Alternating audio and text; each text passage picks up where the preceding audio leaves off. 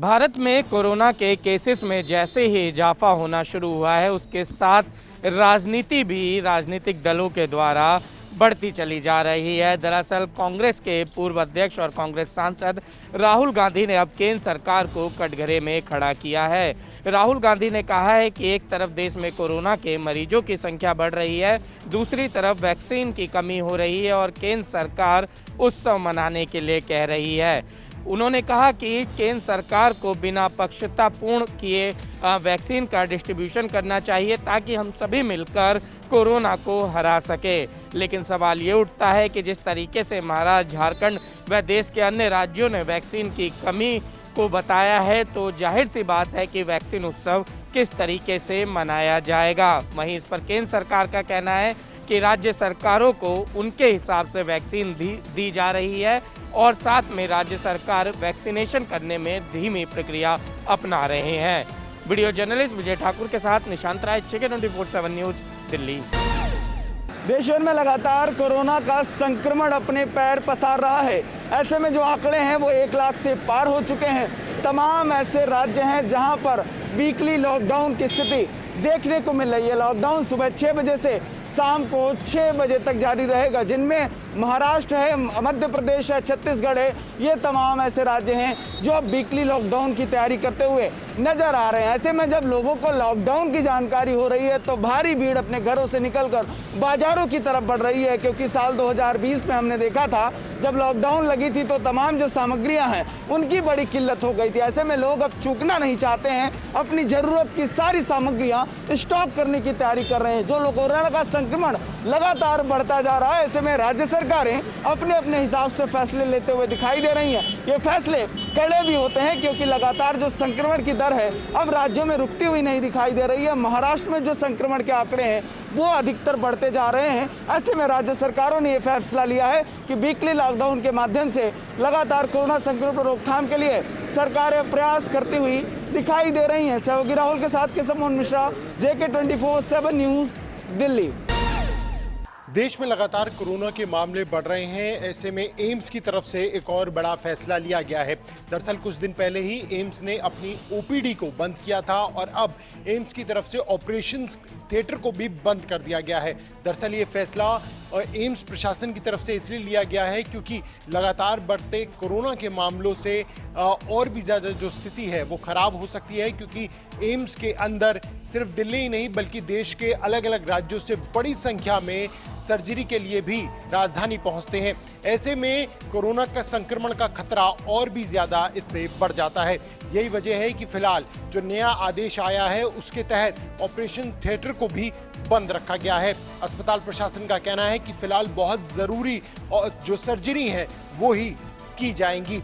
दिल्ली से प्रणय शर्मा की रिपोर्ट। मुख्यमंत्री योगी आदित्यनाथ चिकित्सा व्यवस्था को दुरुस्त करने के लिए जुट गए हैं। अफसरों के बाद अब मुख्यमंत्री योगी आदित्यनाथ खुद जिलों में जा रहे हैं और चिकित्सा व्यवस्था का जायजा ले रहे हैं। उनके साथ उनकी टीम के मंत्री भी शामिल हैं। मुख्यमंत्री योगी आदित्यनाथ आज प्रयागराज और बनारस के दौरे पे हैं और उन्होंने वहां पर पहुंचकर चिकित्सा व्यवस्था का जायजा लिया, साथ ही वैक्सीनेशन का जो प्रोग्राम चल रहा है उसकी भी जानकारी ली। उनके साथ जो जय प्रताप सिंह मंत्री हैं, स्वास्थ्य मंत्री, वो आज झांसी और कानपुर के दौरे पे थे। इसके अलावा सुरेश खन्ना जो चिकित्सा शिक्षा मंत्री हैं, वो आज मेरठ और सहारनपुर में चिकित्सा व्यवस्था का जायजा लेने के लिए पहुंचे हैं। यानी कि साफ है, अफसरों के बाद अब खुद मुख्यमंत्री और उनकी टीम मैदान में चिकित्सा व्यवस्था का जायजा लेने के लिए उतरी है। कैमरा पर्सन रोहित के साथ में अंकुश जायसवाल, JK न्यूज, लखनऊ। हरियाणा में लगातार कोरोना के मामले बढ़ते जा रहे हैं। 24 घंटे में 2000 से अधिक कोरोना के केस आने के बाद हरियाणा के स्वास्थ्य मंत्री विज ने चिंता जताई है। उनका कहना है कि लोग यदि नहीं चेतते हैं तो फिर उन पर जो है कार्रवाई की जाएगी और बड़े पैमाने पर मास्क के चालान किए जाएंगे। अनिल विज ने हालांकि जब उनसे पूछा गया कि क्या हरियाणा में लॉकडाउन लग सकता है तो उन्होंने कहा कि अभी लॉकडाउन लगाने की स्थिति में हरियाणा नहीं है, लेकिन कुछ ऐसे ज़िले हैं जहां पर सख्ती अधिक बरतने का काम किया जाएगा।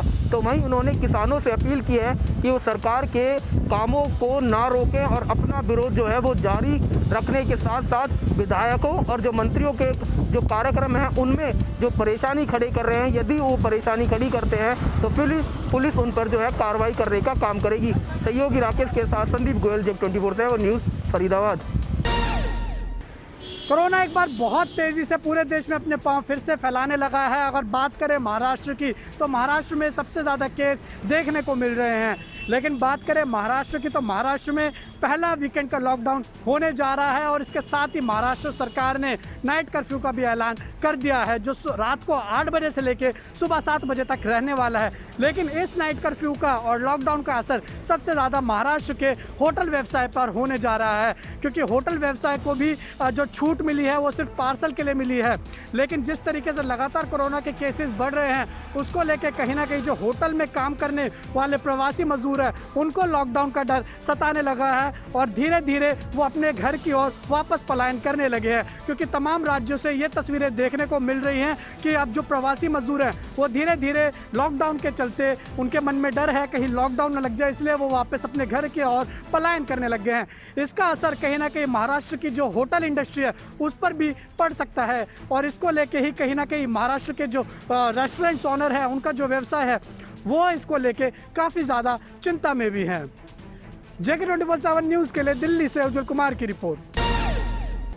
पश्चिम बंगाल में सियासत चरम पर है क्योंकि 3 फेज़ का मतदान हो चुका है। कल चौथे फेज़ के लिए वोटिंग होनी है और 5 ज़िले 44 सीटें 372 प्रत्याशी, लेकिन दिलचस्प ये है 50 हैं वहाँ महिला प्रत्याशी। इसके अलावा अगर बात करें 6 सीटें ऐसी हैं जहाँ महिलाओं का दबदबा अच्छा खासा रहता है। ऐसे में बीजेपी हो या टीएमसी हो, दोनों ने ही वहाँ की महिलाओं को लुभाने में कोई कसर नहीं छोड़ी है। तो अब देखना यही होगा कल जब एक बार फिर से मतदान होगा तो कितने % वोटिंग होती है, क्योंकि अभी तक जिन फेज़ में वोटिंग हुई है अच्छे खासी संख्या में वहाँ मतदान हुआ है, लोग पहुँचे हैं वोट डालने के लिए। ऐसे में देखना यही है जब चौथे फेज़ की वोटिंग होगी तो क्या कुछ रहने वाला है, क्योंकि बीजेपी आश्वस्त हो चुकी है कि उसको वहाँ जीत पक्की है। वहीं ममता दीदी हैट्रिक वहाँ मारती हैं या नहीं ये भी देखना होगा, लेकिन बीजेपी ने हुंकार भर दी है और अमित शाह कह चुके हैं कि 3 फेज़ के अंदर हम 65 से 70 सीटें जीत रहे हैं। और दूसरी तरफ ममता बोल रही हैं कि खेला होवे, तो देखना यही होगा ममता सत्ता पर काबिज होती हैं या बीजेपी 200+ का जो टारगेट लेकर चल रही है वो उसमें जीत हासिल करती है। हैदर अली, जग 24/7 न्यूज़। देश में कोरोना हुआ आउट ऑफ कंट्रोल। देश में कोरोना के मामले लगातार बढ़ते जा रहे हैं और बढ़ते हुए मामलों ने सरकार और प्रशासन दोनों की नींद उड़ा रखी है। गौरतलब है कि एक बार फिर से देश में कोरोना ने दस्तक दे दी है। 1 लाख से भी ऊपर रोज़ के मरीज मिल रहे हैं। महाराष्ट्र, मध्य प्रदेश, गुजरात, तमिलनाडु, हरियाणा, हिमाचल प्रदेश, इन राज्यों का तो बहुत ही बुरा हाल है। तो वहीं दिल्ली के अंदर भी रोज़ कोविड-19 के मरीजों में इजाफा हो रहा है। क्या ये इजाफा लोगों की सावधानी ना बरतने की वजह से हो रहा है, क्योंकि लोग मास्क नहीं लगा रहे हैं और सोशल दूरी का पालन बिल्कुल भी नहीं कर रहे हैं। कैमरामैन अमित के साथ कपिल गौड़, जग 24 न्यूज़, दिल्ली। बढ़ते कोरोना के बीच वैक्सीनेशन को लेकर विवाद मचा हुआ है। कई राज्यों में वैक्सीन की कमी होने की बात सामने आ रही है। हालांकि केंद्र सरकार वैक्सीन की कमी से साफ इनकार कर रही है और राज्यों को वैक्सीनेशन तेजी से करने को कह रही है। इस दौरान वैक्सीनेशन को लेकर कई जगहों से लापरवाही की खबरें भी सामने आ रही हैं। ऐसा ही कुछ यूपी के शामली में देखने को मिला, जहां कांथला सामुदायिक स्वास्थ्य केंद्र में बड़ी लापरवाही देखने को मिली, जहां 3 बुजुर्ग महिलाओं को वैक्सीनेशन के दौरान एंटी रेबीज का टीका लगा दिया गया। इतना ही नहीं, इस बात का खुलासा तब हुआ जब एक महिला की तबीयत बिगड़ गई। महिला की तबीयत बिगड़ने के बाद उसे निजी अस्पताल में भर्ती कराया गया।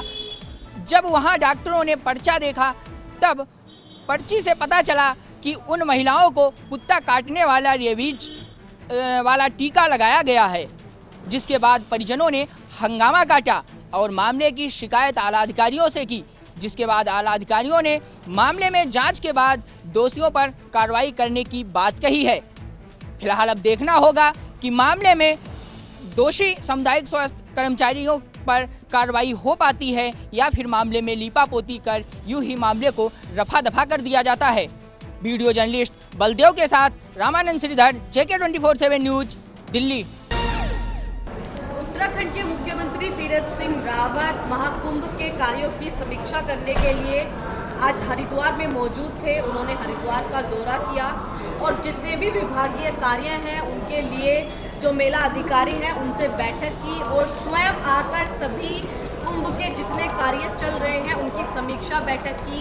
सारी जो जितनी भी सुविधाएं हैं उनका जायजा लिया गया और कोरोना को लेकर जितनी सावधानियां बरती जा रही हैं या शासन के द्वारा जो गाइडलाइंस जारी हुई हैं उनका कितना पालन प्रशासन के द्वारा मेला परिसर के अंदर कराया जा रहा है, इस सभी का जायजा मुख्यमंत्री के द्वारा लिया गया। जाहिर तौर पर नए मुख्यमंत्री के सामने महाकुंभ का आयोजन एक बड़ी चुनौती है जिसको लेकर मुख्यमंत्री सजग हैं और उन्होंने एकांतवास से बाहर आते ही हरिद्वार का दौरा किया और तमाम जो कुंभ की तैयारियां हैं उनका जायजा लिया। अब देखने वाली बात यह होगी कि मुख्यमंत्री की इतनी सजगता के बाद कोरोना के असर में कुंभ कितना भव्य और दिव्य तरीके से संपन्न हो पाता है। वीडियो जर्नलिस्ट तिलक शर्मा के साथ विशाखा चौधरी, JK 24/7 न्यूज, देहरादून। देश के 5 राज्यों में चल रहे विधानसभा चुनाव में से 4 राज्यों में विधानसभा चुनाव तीसरे चरण में ही खत्म हो गए हैं। चौथा चरण कल शुरू होने वाला है और बंगाल में एक बार फिर से जनता बताएगी वो किसको अपना नेता चुनने वाली है।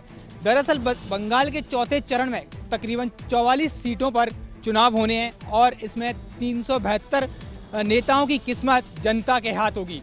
जनता मतदान करेगी, EVM में नेताजी की किस्मत कैद होगी। अब आने वाली 2 तारीख को पता चलेगा कि जनता ने किसे अपना नेता चुना है। इस बीच चुनाव आयोग भी तैयारियों को लेकर पूरी कर चुका है और जनता से अपील भी वोट की जा रही है। जनता बाहर निकले और भारी संख्या में वोट करे, अपने नेता को चुने। अब देखना होगा जनता किसे अपना नेता चुनती है। कैमरामैन विजय के साथ मनोज राठौर, JK 24/7 न्यूज। आज से IPL का आगाज हो रहा है। आज पहला मुकाबला मुंबई इंडियंस और RCB के बीच चेन्नई के मैदान में खेला जाएगा। हालांकि कोविड के काल के बाद लगातार आसार लगाए जा रहे थे कि IPL किस तरह से खेला जाएगा। बहरहाल आज पहला मुकाबला खेला जाना है। अगर मुंबई इंडियंस और RCB का जिक्र करें तो दोनों के बीच कांटे की टक्कर जरूर देखने को मिलेगी। जहां एक और विराट सेना होगी तो दूसरी ओर रोहित के धुरंधर होंगे। देखना यह होगा कि विराट सेना रोहित के धुरंधरों को धूल चटा पाएगी या फिर रोहित के धुरंधर विराट सेना को मात दे देंगे, क्योंकि रोहित शर्मा मुंबई इंडियंस जो डिफेंडिंग चैंपियन है, दूसरी ओर RCB जो IPL में ज्यादा कुछ अच्छा नहीं कर पाती है, लेकिन इस बार विराट कोहली की फॉर्म अच्छी चल रही है तो माना जा रहा है विराट कोहली की टीम कुछ अच्छा कर सकती है। लेकिन हम मुंबई इंडियंस को भी कमतर नहीं आंक सकते क्योंकि वो डिफेंडिंग चैंपियन है। शानदार बल्लेबाजी लाइनअप है, गेंदबाजी में भी शानदार गेंदबाज मुंबई इंडियंस के पास हैं। लेकिन अब ये देखना होगा आज जब मुकाबला शुरू होगा शाम को 7:30 बजे तो कौन किस पर भारी पड़ेगा। बहरहाल IPL का आगाज हो गया है, रोमांच का आगाज आज से हो गया है। कैमरामैन विजय के साथ मैं अब्दुल नबी हसन, JK 24/7 न्यूज के लिए।